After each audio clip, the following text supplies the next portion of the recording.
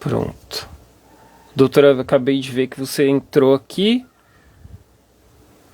Vamos esperar uns segundinhos aqui até a coisa acontecer. Beleza. Agora. Pronto. Aceitei aqui o seu pedido de participação.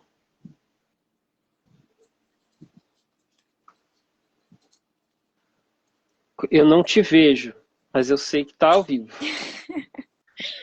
Eu te vejo. Você me vê? Você me ouve? Então tá bom. Eu te ouço perfeitamente, não te vejo. Infelizmente, a gente vai fazer uma live onde Você só vai me você vai me imaginar. ver. Vou te imaginar, exatamente. Gostaria de ver, mas tá difícil. Hoje o Instagram tá muito instável, né? E a Instável. gente tá aí, tá sofrendo. As últimas 3 tentativas aí foram sofríveis aí, mas tudo bem. Beleza, vamos. Doutora, obrigado por mais uma vez estar aqui conversando com a gente desse tema que é tão importante, né? É, que você domina, que você já falou uma vez aqui para nós e mais uma vez está aí. E a gente tem o prazer e o privilégio de poder conversar com você e aprender e tirar dúvidas de pacientes, enfim, tudo mais aí, tá bom? Bom, hoje é Dia Mundial do Câncer de Ovário, então é um trabalho de conscientização importante e, né, nos últimos anos a gente tem o papel da genética, né, Uhum. relevante aí Sim. nesse, nesse caminho aí, né, É. do tratamento do câncer de ovário, no rastreamento do câncer de ovário e tudo mais. Então é isso, vamos falar sobre esse tema e vou lá pro seu perfil, sua bio lá no Instagram, que você diz assim, genética não é destino. E aí a gente está aí, né? Oncogenética, enfim, tem tudo a ver com câncer de ovário, tem, enfim, tem testes, tem coisas que tem trazido esperança para os pacientes, tem atuado de maneira significativa. Então, genética não é destino. Queria que você explicasse isso e começasse também falando sobre qual a influência, né, dos fatores genéticos aí no câncer de ovário, né, Sim. na, nesse contexto todo. Primeiro, eu queria agradecer de novo, mais uma vez, a oportunidade, né, de estar aqui, porque assim, a gente tenta difundir informação, né, através dos posts e tudo, mas conversar, né, diretamente com os pacientes, tirar dúvidas e tudo, não tenho dúvidas que isso é o principal forma de conscientizar e levar mais informação para mais pessoas, para realmente esclarecer as dúvidas e tudo.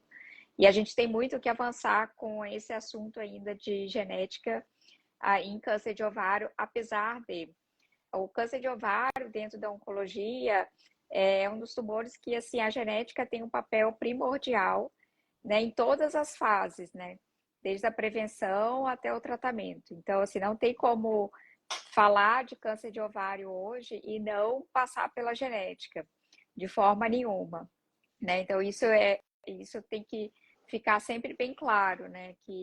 Porque a principal indicação de teste genético, o tumor de ovário mais comum, que são os tumores de alto grau, principalmente do tipo seroso, ele vai ter sempre indicação de avaliação genética, seja, como eu falei, para prevenção ou para tratamento. Então, assim, é, essa é a primeira lição que tem que ficar. Quando a gente fala, e eu deixo essa mensagem na minha bio, né, de genética não é destino, porque quando a gente começa a falar de genética, sempre dá aquele frio na barriga, né, que a pessoa pensa assim, eu vou descobrir alguma coisa e eu vou viver com aquilo, com aquela sombra, e de que alguma coisa vai acontecer de repente comigo, e que vai acontecer, né, então por que que eu vou descobrir isso, né?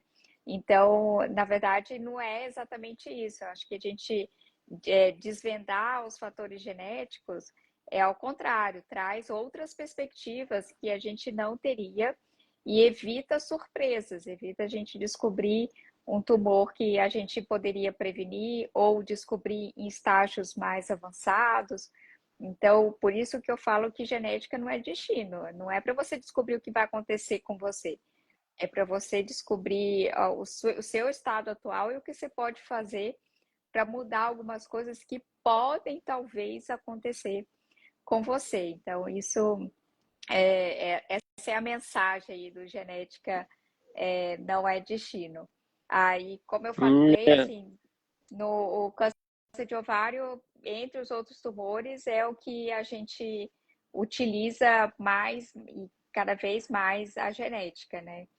Pode, eu não sei se eu te Não, interrompi, se perfeito. você ia Não, tranquilo. Agora eu arrumei um jeito de te de me ver aqui. ver. Então vou olhar um pouco para cá, porque eu tô com o notebook, então consigo. No notebook eu consigo te ver, Aham, aqui não consigo te ver, então tem que ficar uhum, meio que me dividindo aqui. Mas é isso, está muito bem explicado, né? Então a gente já tira uma dúvida inicial importante, né? Genética não é destino, não é para a pessoa saber o que vai acontecer ali e sofrer com isso, mas pelo contrário, né? Para trazer a perspectiva de possibilidades de que ela não adoeça, né, não desenvolva uma doença e, e também, né, é um aliado nesse sentido, assim. Aí no câncer, no contexto do câncer de ovário, tem sido muito importante, né? E aí, doutora, assim, eu gostaria que você esclarecesse para nós, né, a importância, então, como é que está atrelada aí esses fatores genéticos com o desenvolvimento do câncer de ovário e uhum. o que pode ser feito também, porque isso inclui mutações, né? Sim, Questões aí que para algumas mulheres é uma coisa, digamos assim, complexa, mas aí você vai sim. desmistificar, vai descrever isso aí para a gente, esse caminho. É. Então, assim, quando a gente pensa assim, o porquê que eu tive câncer de ovário, né? Quais são os fatores de risco para câncer de ovário? Talvez em outras lives aqui tenham se comentado alguns fatores de risco, então a gente sabe que a endometriose pode aumentar o risco, e até fatores protetores como o uso de anticoncepcional, mas a gente sabe que 25% quer dizer, uma em cada 4 mulheres com câncer de ovário vão ter uma mutação genética hereditária. Quer dizer, essas mulheres já nasceram com algum defeito genético herdado de família e que que contribuiu, que aumentou o seu risco de ter câncer de ovário e que ajudou ela a causar o câncer de ovário nela.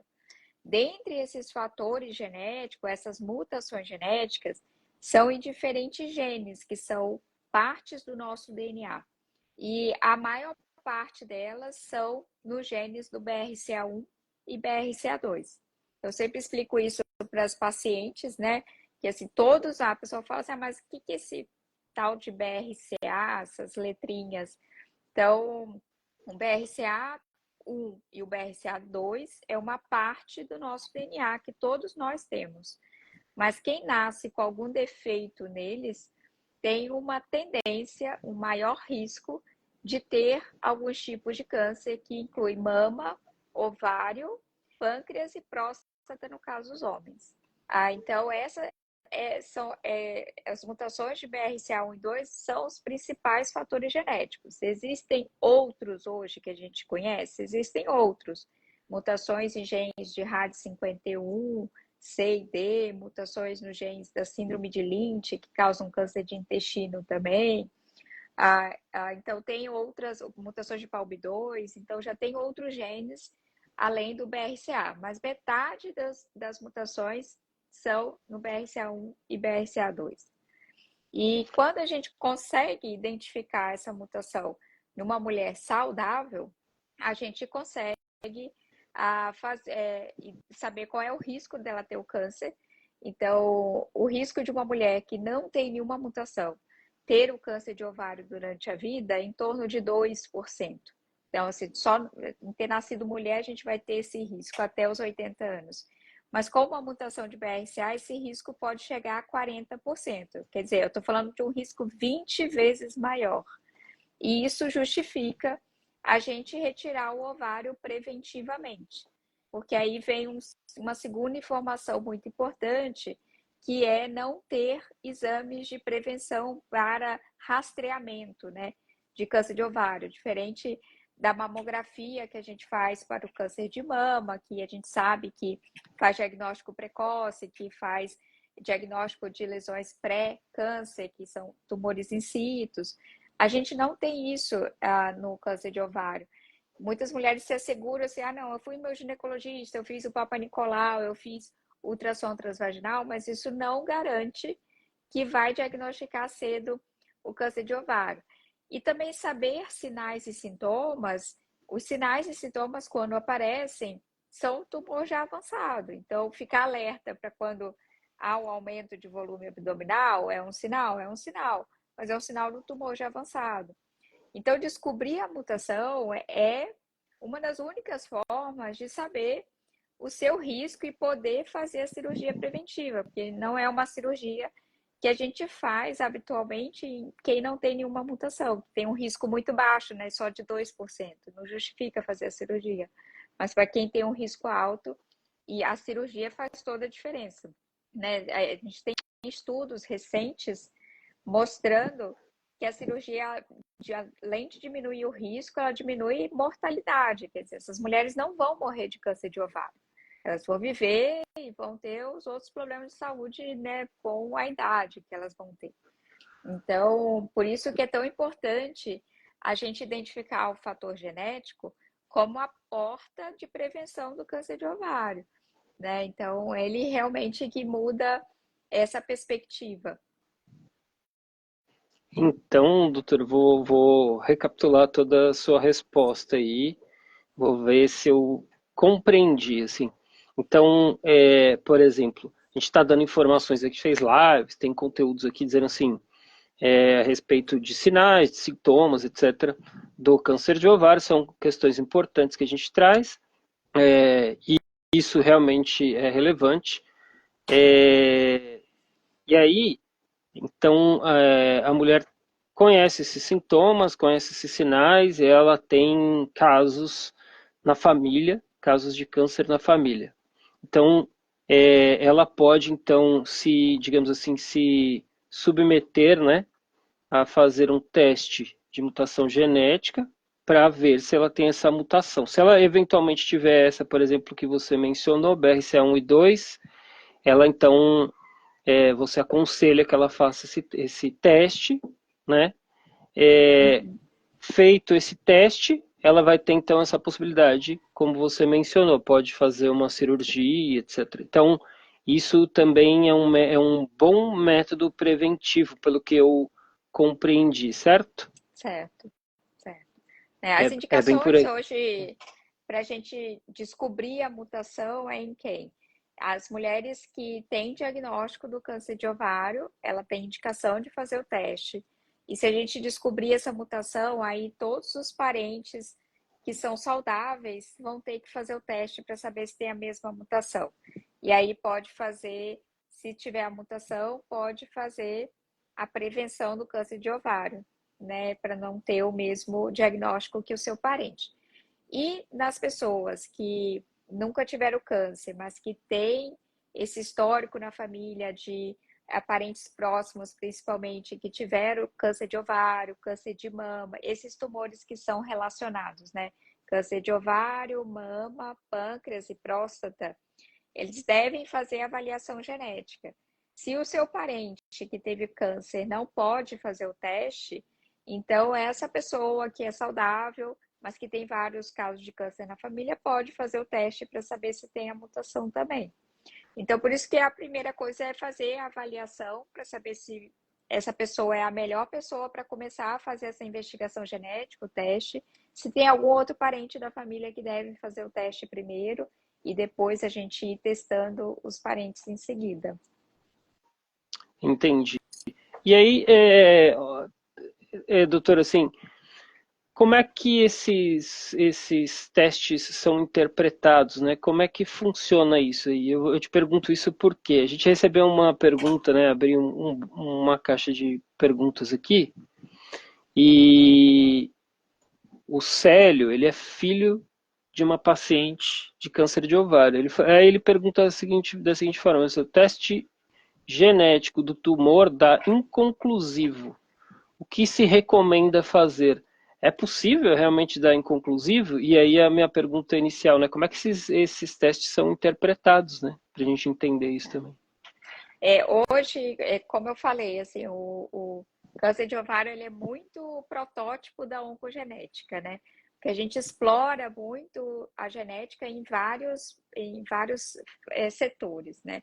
Então, a gente tem indicação de 2 testes genéticos no câncer de ovário. É isso tudo que eu estou falando da parte de prevenção e de mutações que são herdadas de família, é o teste que a gente chama de teste germinativo. Esse exame a gente faz com o exame de sangue, porque se está fazendo um teste de DNA, igual um teste de paternidade, algo assim, né, que você testa o seu DNA para ver uma característica que você nasceu com ele, para ver se essa pessoa nasceu com essa predisposição genética. E existe um outro teste genético que a gente consegue fazer na biópsia do tumor, no material do tumor, ou na biópsia inicial, ou no material de cirurgia, para aquelas pacientes que fizeram uma cirurgia, onde a gente vai analisar características genéticas do tumor, mas que não são necessariamente hereditárias. A gente até pode achar algumas alterações hereditárias lá, mas a gente vai encontrar outras que estão lá no tumor e não vão ter influência para a família.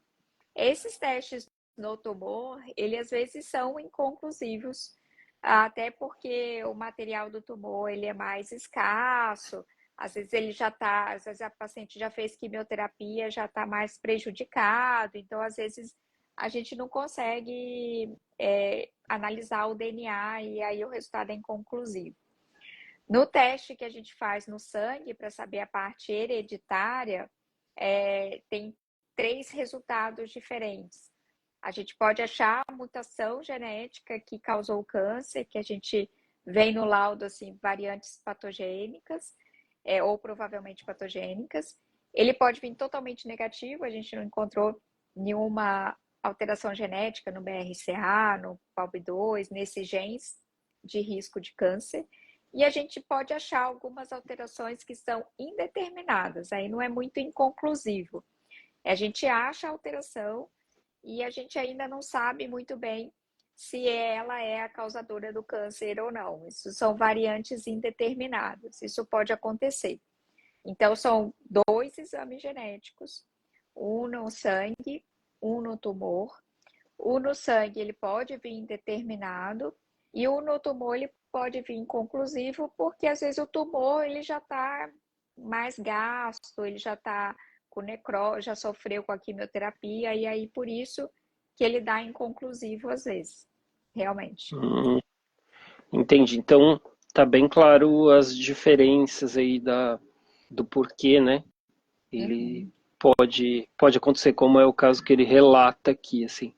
Aí, doutor, assim, a gente tem, nos últimos anos também, né, tem se falado bastante sobre esse teste de BRCA1 e 2, e também a gente tem ouvido falar sobre o painel genético, né, que me parece uma Uhum. coisa mais ampla, né?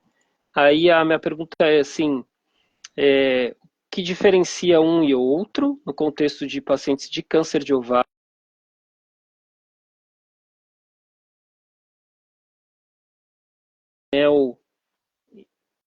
Travou?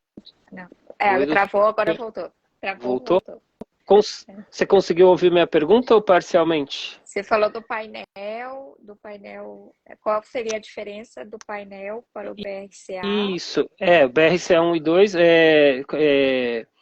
quando é que é aconselhado, né, indicado fazer o teste de BRCA1 e 2 e quando e para quem, né, o painel, que me parece ser uma coisa mais ampla, etc. Gostaria que você esclarecesse isso.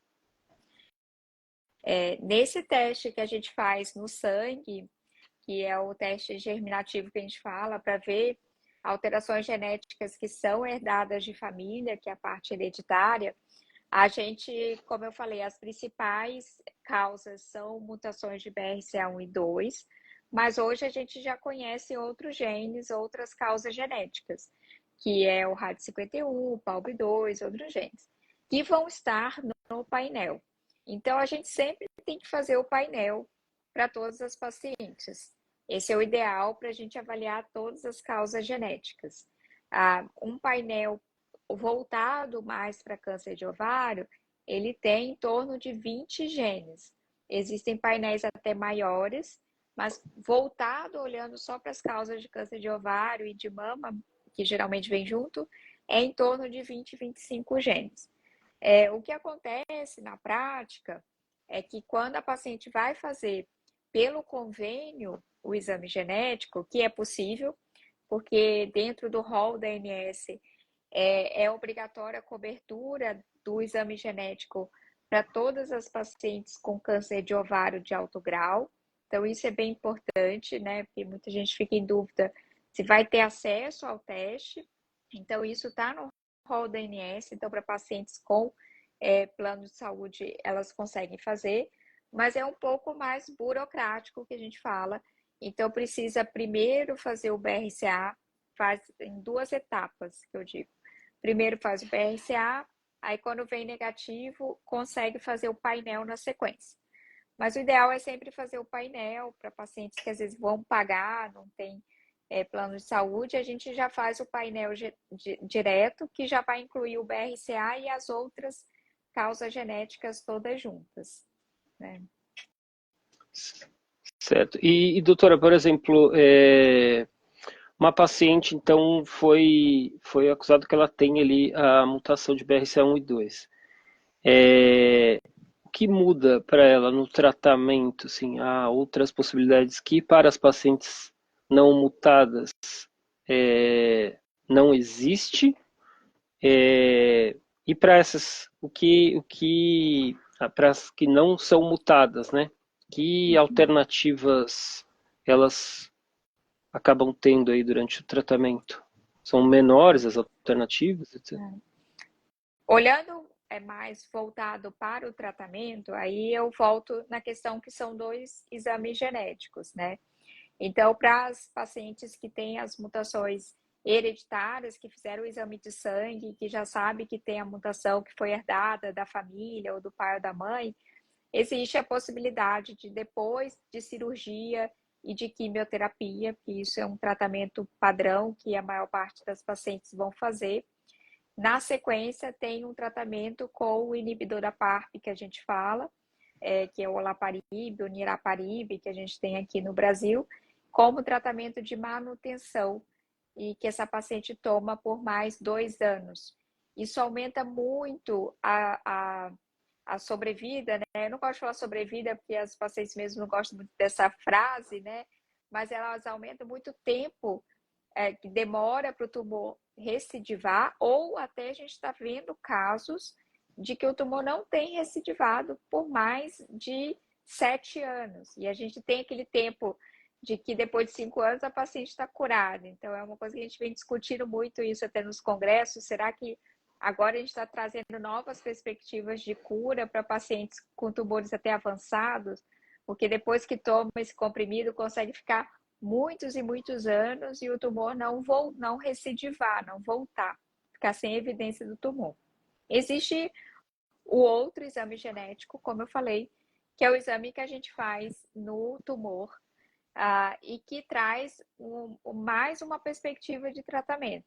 São pacientes que não têm alteração genética de família herdada, mas que têm uma alteração genética lá no tumor, que a gente chama de deficiência de recombinação homóloga.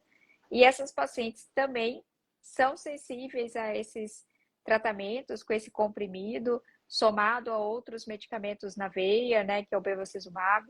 E com esses 2 tratamentos também essas pacientes ganham muito tempo sem evidência do tumor voltar, ou quando ele volta e quando volta demora muito mais.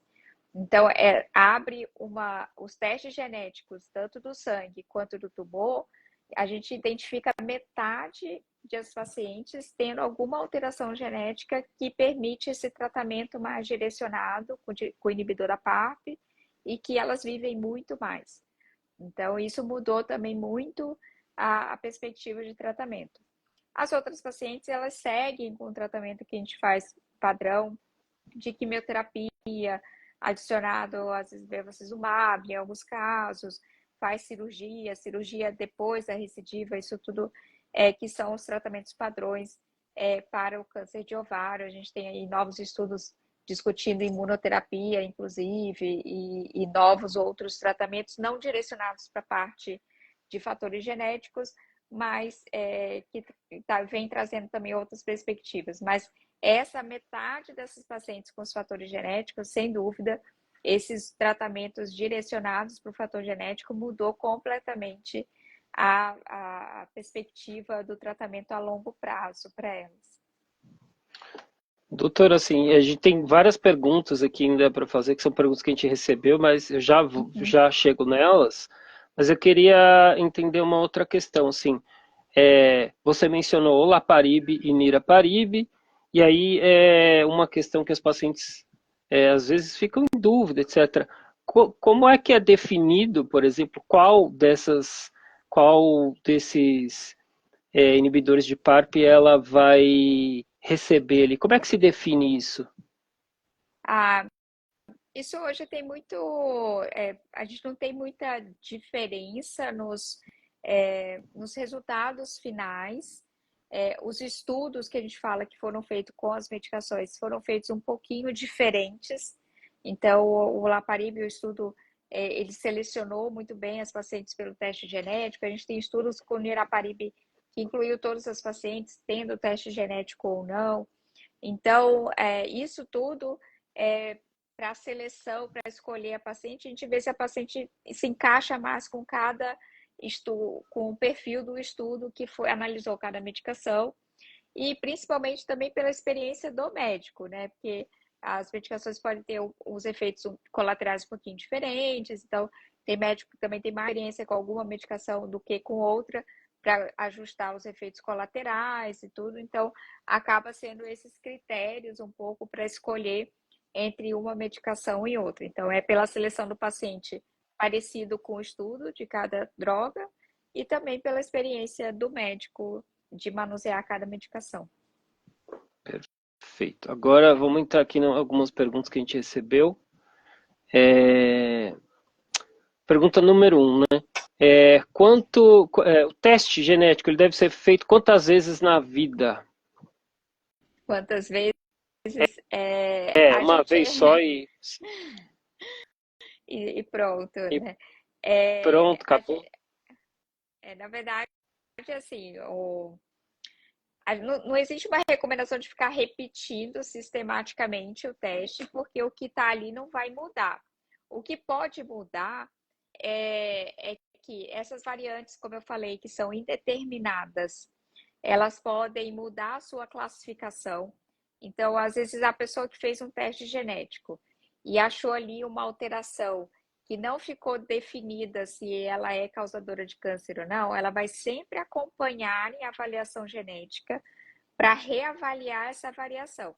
Não precisa repetir o exame, precisa reanalisar o que já foi encontrado lá no DNA dessa paciente. O que pode acontecer é que, com o tempo, surgem novos exames. Então, há muito tempo atrás, 10 anos atrás, as pacientes que começaram a fazer o teste fazia só BRCA, não tinha painel genético.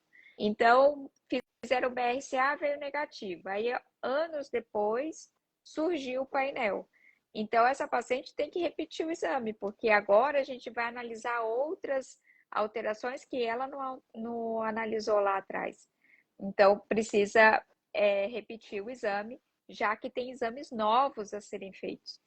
Então, uma Entendi. paciente que tem uma indicação de avaliação genética hoje e o exame vem negativo, o que a gente fala é que sempre tenha que buscar uma nova avaliação genética para saber se tem algum novo teste para fazer, não que precisa ficar repetindo o mesmo teste sempre, né? Porque ele não vai mudar aquele mesmo teste, mas pode mudar a tecnologia e ter mais outras informações a serem analisadas, e aí precisa realmente repetir o exame.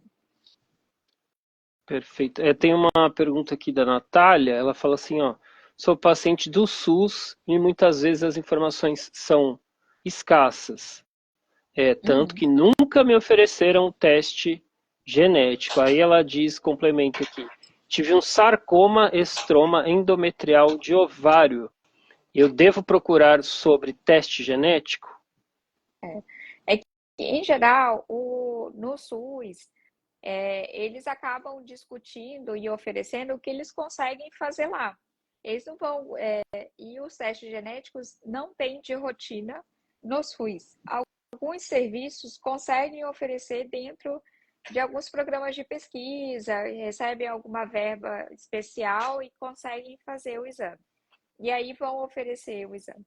Nos serviços em que não tem disponível o exame, eles não vão ficar ali conversando e explicando e solicitando um exame também que, assim, para o tratamento, talvez não vá mudar, porque não vai ter acesso à medicação. Também, assim, pode ter acesso à informação que é importante para a família, como eu falei, para a prevenção, mas para paciente, talvez não mude o tratamento pelo acesso à medicação depois que descobrir a mutação.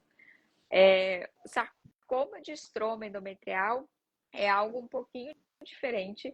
Precisa entender até se não veio de algum foco de endometriose e é mais parecido com um tumor de endométrio do que necessariamente os tumores que começam no ovário, né? Mas aí, dependendo da idade, em outros casos de câncer na família, deve sim fazer algum teste genético. Mas, como eu falei, se no serviço não tiver o teste, mesmo que a pessoa queira fazer particular, provavelmente não vão detalhar esse histórico e tudo e solicitar. Infelizmente, a gente ainda tem essas limitações de acesso pelos diferentes serviços, né?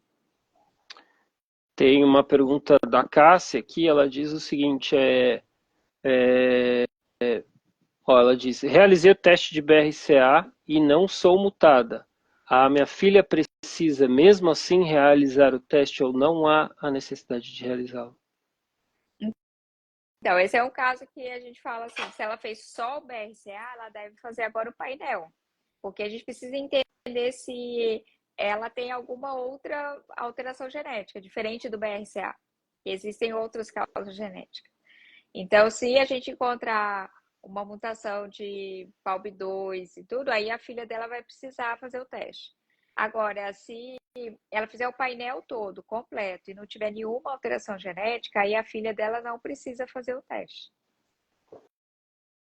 Uma pergunta da Joyce também, essa é bastante interessante. Ela falou assim, eu sou paciente de câncer de ovário, descobri há pouco menos de um ano. Eu já fiz a esterectomia total. As minhas irmãs precisam fazer o teste genético? A pergunta dela é ótima porque traz duas questões, que é o fato, assim, as pacientes sempre falam assim, esterectomia, né? A esterectomia é retirada do útero. Então, esterectomia total, tem câncer de ovário. Então, faz parte do tratamento do câncer de ovário, mas como prevenção para câncer de ovário, a gente não precisa retirar o útero, é só os ovários e as trompas. Se ela fez o teste e ela tem alguma mutação genética, aí as irmãs dela e filhos, eu não sei se ela tem filhos, precisam fazer o teste. Todo mundo acima de 18 anos, né? Os menores ainda não fazem. Agora, se ela fez o teste é negativo, aí os parentes não precisam fazer. Mas é importante que o teste seja feito primeiro nela que teve o câncer, e não nas irmãs que são saudáveis, não tiveram câncer. Perfeito. A gente tem uma outra questão aqui, é da Eveline. Ela fala assim, ó, só solicita esse teste após ter a comprovação. Esse teste um dia pode virar um exame de rastreio? É uma questão que ela traz. Ela perguntou porque o teste faz só depois que tem o diagnóstico de câncer, né? Que ela disse. Exato, exato. Isso daí é uma coisa que cada vez mais está se discutindo e está se ampliando a indicação do teste. Câncer de ovário é um dos tumores que a gente já tem uma indicação que a gente fala universal de todas as pacientes com diagnóstico de câncer de ovário. Em outros tumores, a gente está ampliando cada vez mais a indicação. Então, mama, por exemplo, recentemente mudou a indicação para todas as mulheres com diagnóstico de câncer de mama com menos de 65 anos. Isso é bastante, é quase uma grande maioria das pacientes. Agora, testar pacientes saudáveis, sem história de câncer, sem ter tido câncer, e sem história na família suspeita, como que a gente vai interpretar isso é mais difícil, porque a gente vê também que tem pessoas que nascem com uma mutação hereditária, e como eu falei, isso confere só um risco, é uma probabilidade maior de ter o câncer, mas não necessariamente essa pessoa vai ter o câncer. Então, o que ajuda a gente a interpretar e ver que essa alteração genética ela é causadora de câncer é quando a gente vê que tem casos de câncer na família. Quando não tem nenhuma evidência, talvez essa pessoa tenha até algum outro fator protetor. Então, será que a gente precisa fazer essas medidas de prevenção com cirurgias mais radicais e tudo? Então, é um pouco mais difícil interpretar quando a gente amplia muito a indicação para pessoas que não têm nenhum câncer. Mas a gente está cada vez mais estudando esses outros fatores e pensando numa perspectiva mais futura, eu acho que a gente vai incluir, sim, os exames de genéticos para definir melhor o risco de cada um e ajudar a definir quais são os exames que cada um precisa fazer de prevenção. Então, quem tem mutação de BRCA tem que começar a fazer ressonância de mama com 25 anos de idade. A gente não indica fazer uma ressonância de mama com 25 anos de idade numa mulher que não tem histórico nenhum de câncer na família, não tem nenhum problema de saúde. Mas se essa mulher nasceu com um defeito no BRCA, ela precisa fazer esse rastreamento desde cedo. Então, talvez, eu acho que o mais certo é que no futuro, acho que não é agora, a gente ainda não faz isso, não é recomendação, a gente vai incluir a análise genética para fazer uma prevenção, que a gente fala, mais personalizada, de acordo com o risco de cada paciente. E, doutora, nesse campo aí da oncogenética, já tem a inteligência artificial sendo usada aí como um recurso também? Principalmente nessa etapa aí que você acabou de mencionar, né? Para o futuro, etc. Para tentar ajudar a predizer, que a gente fala, né? Exato, Como que a gente vai exato. predizer que esse fator genético vai causar o câncer? E aí que a inteligência artificial vem ajudando e somando esses outros fatores genéticos menores que a gente fala, o quanto que eles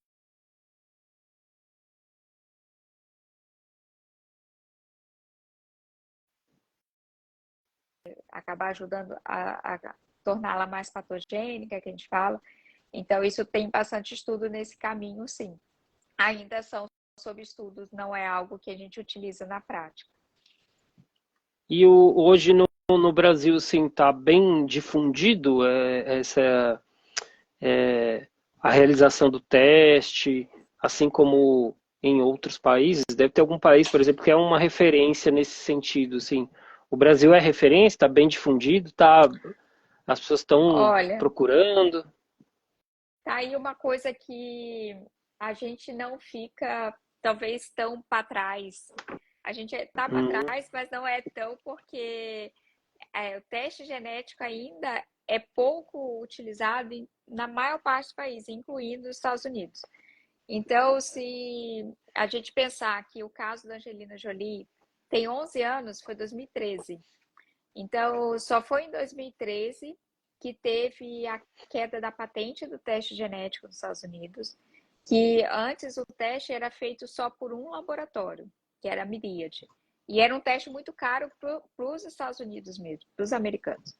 Depois do caso da Angelina Jolie, caiu a patente e vários laboratórios começaram a fazer. E aí se tornou um exame mais difundido. E teve um recente trabalho que foi apresentado no Congresso americano no passado, que viu que só 30% dos pacientes com indicação de teste genético, incluindo câncer de ovário, câncer de pâncreas, que a gente tem uma indicação universal, só 30% dos pacientes fazem teste genético. Estatísticas americanas, a gente está falando aí no Brasil. Por isso que eu estou falando que a gente não fica muito para trás, é porque a gente ainda não tem É verdade. muitas estatísticas, mas só para você ter uma ideia. Então, isso foi em 2013 nos Estados Unidos. Aqui, para a gente, o painel ele está no hall desde 2016. Mas se a gente pensar que a maior parte da população brasileira não tem plano de saúde, a maior parte dos pacientes estão no SUS que a gente não tem acesso ao teste. Então, não é só uma questão de acesso à informação, acesso a fazer o teste e acesso ao aconselhamento que a gente fala, que aí também é uma outra dificuldade. Uma vez que a pessoa faz o teste, quem é que vai interpretar e orientar essas informações? Então, eu hoje recebo muitos pacientes, às vezes ele conseguiu fazer o teste, porque o seu mastologista pediu, o cirurgião pediu, hoje até o urologista, câncer de próstata pede, mas não sabe orientar o que fazer. E aí vem um outro perigo, aí um efeito colateral do teste. Por isso que o teste parece muito bom, mas ele pode ser ruim, porque se a pessoa não souber interpretar, pode indicar uma cirurgia desnecessária. Uma mulher jovem tirar o ovário e entrar na menopausa sem precisar entrar na menopausa, porque não interpretou corretamente o teste. Então, são várias etapas, né? Conscientizar todo mundo que existe o teste e para que serve. Pacientes e médicos. Ter acesso para realizar o teste. E depois que ter o teste, sabe, ter acesso a alguém para interpretar o teste. Então, não é tão simples, né? Parece simples, mas não é tão simples assim. Não, é verdade. Você foi traçando esse caminho aqui, fui imaginando, né, tudo isso que pode É, acontecer. Principalmente esse outro aspecto que jamais tinha me ocorrido, assim, né? O que vem depois do resultado do teste, né? Que a pessoa vai fazer depois e tudo mais. sim. Isso é, é bastante significativo. Imagino também que deva acontecer algum tipo de tabu em relação, né? O que a gente começou bem no começo da conversa lá, a gente estava falando, né? Genética é destino, né? Você traz essa certa provocação aí. E Uhum. também tem isso, né? Um fator de será que as pessoas não procuram por esse receio, ainda não tem Sim, ideia do quanto pode se beneficiar e tudo mais. Tem várias questões várias envolvidas, né? questões. É. Às vezes eu tenho pacientes que testaram e aí que não quis contar para o parente. Então, assim, é informação importante para os parentes se prevenirem. Tem gente que não conta para os parentes e aí daqui a pouco algum parente tem um câncer e poderia ter se prevenido. Então, tem bastante coisa para se pensar. É verdade sobre esse tema. Bom, doutora, a gente chegou ao fim aí da nossa conversa. Eu peço desculpas aí que eu tive que ficar olhando para o Aham. meu lado direito aqui para o monitor, enquanto eu te via e meio que eu não estou te vendo aqui na live, então é isso. Você acha que a gente passou, de maneira geral, assim, pelos principais pontos da oncogenética aqui? Faltou algum tema para a gente, algum assunto, algum tópico aí para a gente abordar? Não, eu acho que a gente a gente trouxe os tópicos mais importantes, né? A gente está num dia de conscientização do câncer de ovário, né? Então, as mensagens que tem que ficar é que sempre câncer de ovário é igual fator genético, porque a gente, como eu falei, uma em cada 4 pacientes vai ter uma alteração genética hereditária de família. Então, isso é importante para o tratamento para quem está em tratamento, porque às vezes a pessoa fala assim, mas para que eu vou saber isso? Eu já tenho câncer. Não, isso vai mudar o seu tratamento, isso vai mudar a perspectiva de prevenção da sua família também.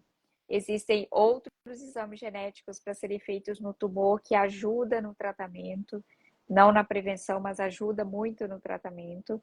muda também a perspectiva de tratamento. E para aquelas mulheres que não têm o câncer de ovário, querem se prevenir, mas têm história na família de câncer, não só de câncer de ovário, mas câncer de mama, próstata, pâncreas, que são tumores relacionados, devem buscar uma avaliação genética para entender se precisa fazer o teste e se esse é o caminho de entender melhor se tem algo a mais para fazer para se prevenir do câncer de ovário. Porque ficar É esperando só verdade. os E aí, sintomas, talvez possa esperar chegar numa fase mais avançada. é verdade. E a gente está em 2024, eu sou filho de paciente de câncer de ovário que já faleceu, sou neto de paciente de câncer de ovário que já faleceu. Preciso então também fazer o meu teste. E aliás, eu quero fazer esse teste com você, já estou dizendo aqui, depois eu vou te mandar uma mensagem. Preciso ter medo? É. Aí, ó, tá vendo?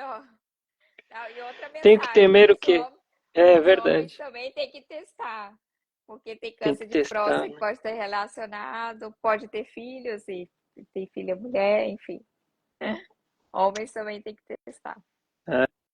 Ai, meu Deus, olha a responsabilidade. Então é isso, doutora. Obrigado. Depois eu te mando uma mensagem. Obrigado pelos esclarecimentos. A gente vai salvar essa live aqui. Vamos mandando para as pessoas também, fazendo uns Sim, recortes das suas falas, tá bom? tá bom. Muito obrigado, boa noite e um beijo. E até quem assistiu aqui também, a gente agradece quem assistiu. Também mandem para as pessoas, por favor, que esse conteúdo é muito, muito, muito importante, tá bom? Tchau, É obrigada pelo isso. convite mais uma vez. Tchau, tchau, doutora. Boa noite.